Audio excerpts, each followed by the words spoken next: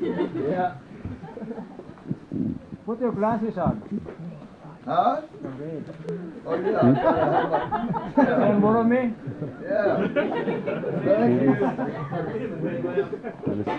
Come on, Brian. Yeah, that red button. Shake it, open it, really? Taking one, two, Yeah, we can open it. There any kids out here tonight? It's just a screen. It's not the actual picture. No, I used to view. You're good. I opened the door for you. Hell yeah. That boy needs more light. What do you call a guy that cries when he jerks off? A tear jerker.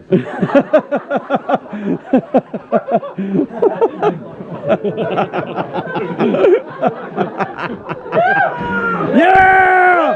Woo! Yeah! Don't quit your day job. I ain't got a day job. Oh, man. How do you pick out a blind guy at a nudist camp? Ain't that hard?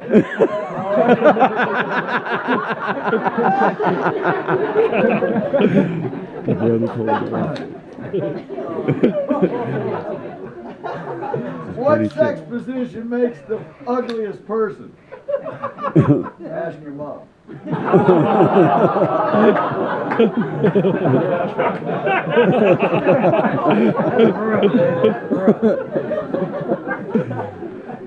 She'll tell you. Oh, yes, you will. All right, let me find my place here. Anyone addicted to rock out there? Yeah. I want to see some hands.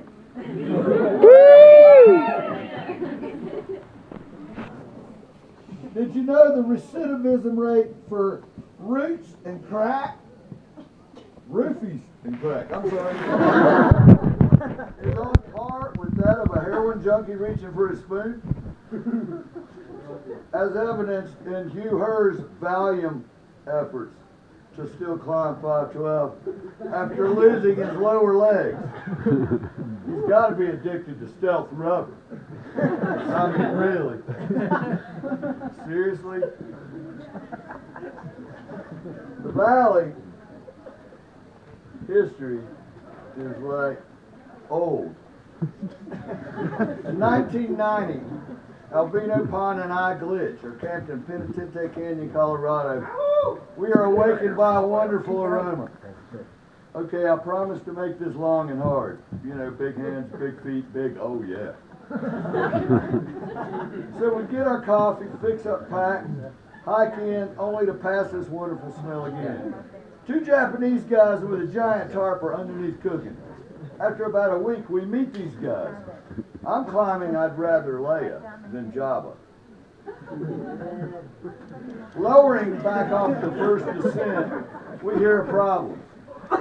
Shuichi Kamada, Koma, is at the top of a very hard, chiseled and drilled pocketed route that a crazy girl did or didn't do. That's another book. There was no anchor, and I yelled over to tell him that there was a tree about 20 feet back. He made it to the tree, and with a 20-foot traverse over a roof, his partner could not. Major cleanup of his drawers ensued. We met afterwards. Well, damn, this sucks. Getting old man. He shows me a topo which he had drawn of all the routes in Penitente, which had all of my routes 3 stars. Sweet. Man, best bolting spot ever. Great. After 9 months, Albino stayed in Colorado and I came back to North Carolina. After a month of work, I got a new river alone with no belayer. I pull in under the bridge and look to the left, and there sits Coma. Well, I mean, really? Seriously? Somebody I met? in freaking Colorado, I see a month later in New River. Really? He had no belayer, and so we climbed for 3 months before he injured his chest with a lung contusion. He goes back to New York, and I go to Charlotte. So I'm climbing with Diab Raby. Hey! Woo! At the dump. And I meet Barry McKenna. Barry! Where is Barry? Where's Barry? He's over there Get your hiding. ass up here, buddy. That's the Get man. your ass up here. Barry, call me about this place. Yeah. I didn't know he was over here. He tells us about the valley hours later, and we're walking under these awesome cliffs. Going, really? After 2 or 3 visits, I send Coma a picture of Snake Wall, and he joins me within a week. It was on. Camping at Hidden Valley Lake was a new experience, to say the beast. Rednecks at night doing donuts around our camp. And then bears at dawn going through the trash cans. It didn't stop there. After talking with local landowners, they advised no more than 3 or 4 cars. Virginia didn't own that property. All landowners knew that we were just climbing and didn't mind. Cops show up one night and search and check us out. Damn, I'm glad I was out. I was wondering how you didn't go to jail. I really am. How did you not go to jail that night? I don't know. It was lucky.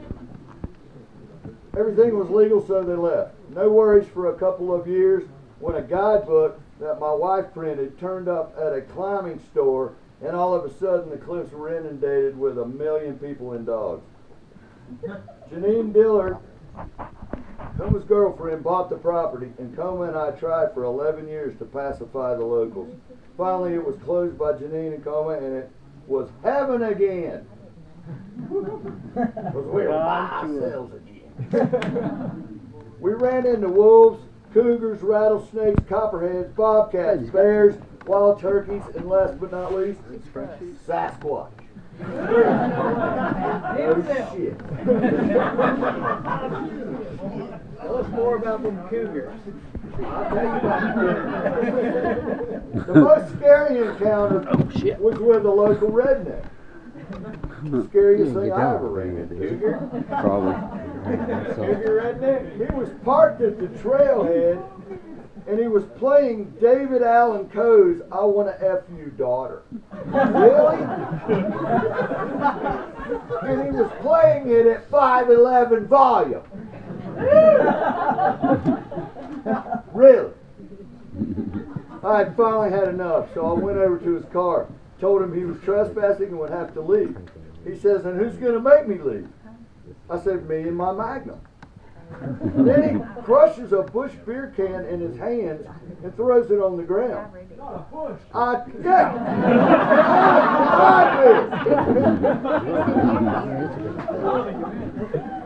I told him that he had better pick it up before he leaves, and leave now.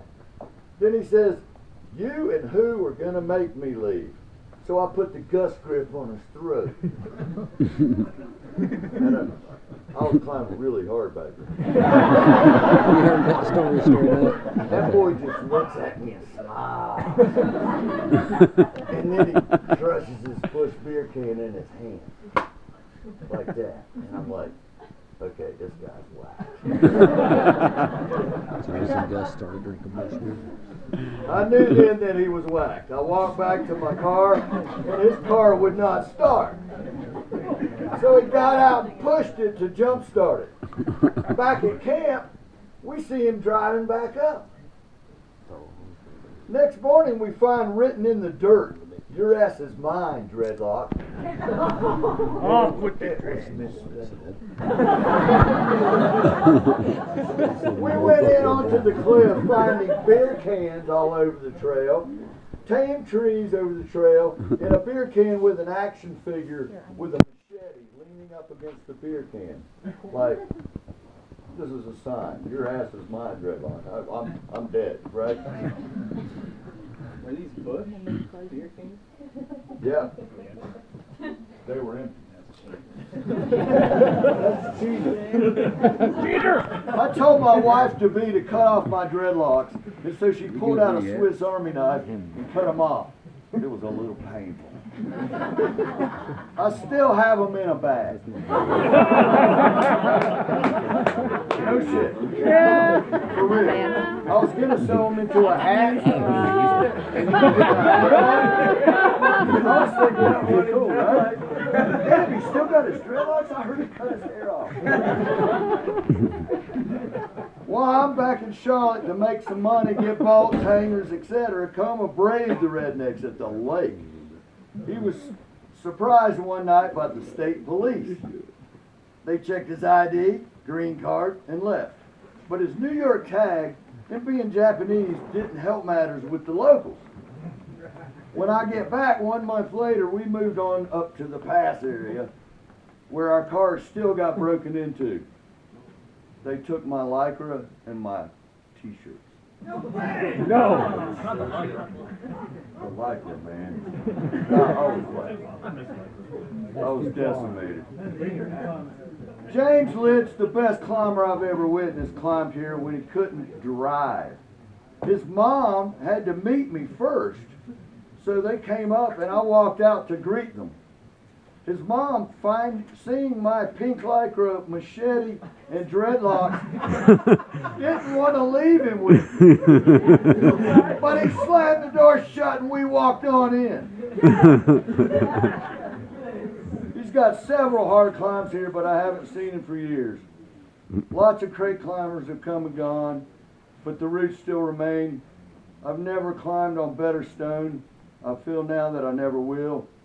But it's better to be a has-been than it ever was. It doesn't matter how hard you climb, just if you climb. If you stop climbing, you're dying.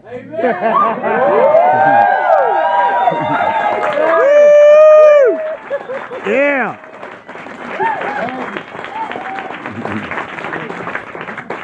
There are no stolen hangers here, no drilled pockets, no chiseled edges, but yes, there's a lot of epoxy.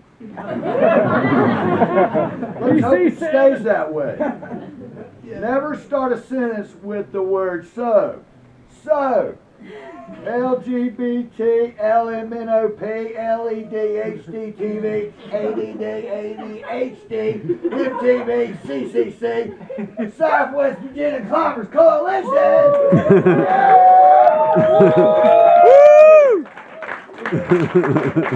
PLD! Everybody know what that means? Peace, love, dope. Yeah. Woo!